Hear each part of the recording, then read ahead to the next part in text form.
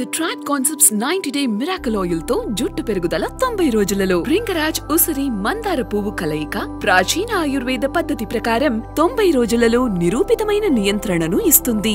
The Trad Concepts వారి 90 days Miracle Oil ను రాజీవ్ గారిని తీసుకుందామండి. ఫస్ట్ ఆఫ్ ఆల్ ఆయన్ని మేము ఎప్పుడు ఎమోషన్లెస్ గా ఇలాగే ఉంటారు. ఆయన ఎమోషన్సే చూపించారు. ఎమోషన్స్ ఉన్నా లేనట్టే ఉంటాయి బయటికి. ఒకసారి నాగార్జున గారి గురించి నా లైఫ్ లో బెస్ట్ థింగ్ దేవుడిచ్చింది ఏంటంటే నాగార్జున అని చెప్పి కొంచెం ఎమోషనల్ అవ్వబోయారు. కళలు ఎలా నీళ్ళు తిరిగి. So I want tell you something, I want tell you nothing అని చెప్పి మళ్ళీ అక్కడ కూడా కట్ చేస్తారు. ఆయన కొంచెం కూడా లీక్ చేయలేదు. మీరు ఎప్పుడైనా చూసారంటే ఓవర్ హ్యాపీనెస్ కావచ్చు, ఓవర్ ఎమోషనల్ కావచ్చు, ఆయన్ని సెట్స్ లో ఉన్నప్పుడు సెన్సిబుల్ పర్సనాలిటీ అని మాత్రం తెలుసండి ఆర్జీవి గారు.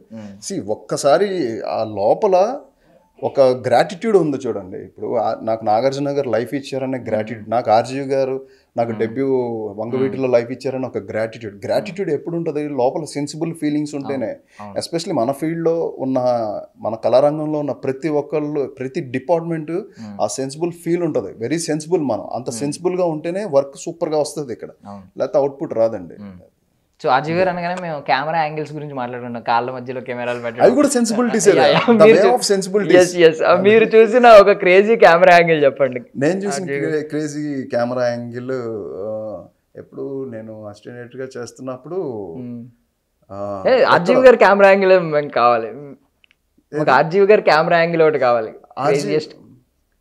పర్టికులర్ గా ఆర్జీవి గారి కెమెరా. బట్ మీరు చేసిన దానిలో ఎక్కువ ఇది లేదు కానీ, లేడీస్ అవి లేరు కానీ లేరు. బట్ మీకు లక్ష్మీ సెంటియర్ లో ఒక షాట్ ఉంటదండి.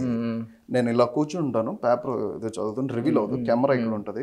కెమెరా పైనుంచి ఇలా తిరిగి అదొక మనకి అనకొండ సినిమాలో ఇలా వస్తుంది చూడండి, అలా ఇలా వచ్చి నా ఫేస్ మీదకి వచ్చి టిల్ డౌన్ కింద వరకు వెళ్ళి, నేను పేపర్ ఇలా ఉంటుంది, నా ఫేస్ రివీల్ అవుతుంది. ఆ కిందకి వెళ్ళిన తర్వాత ఫేస్ రివీల్ అయితే పేపర్ ఇలా నలిపి పడేస్తాను.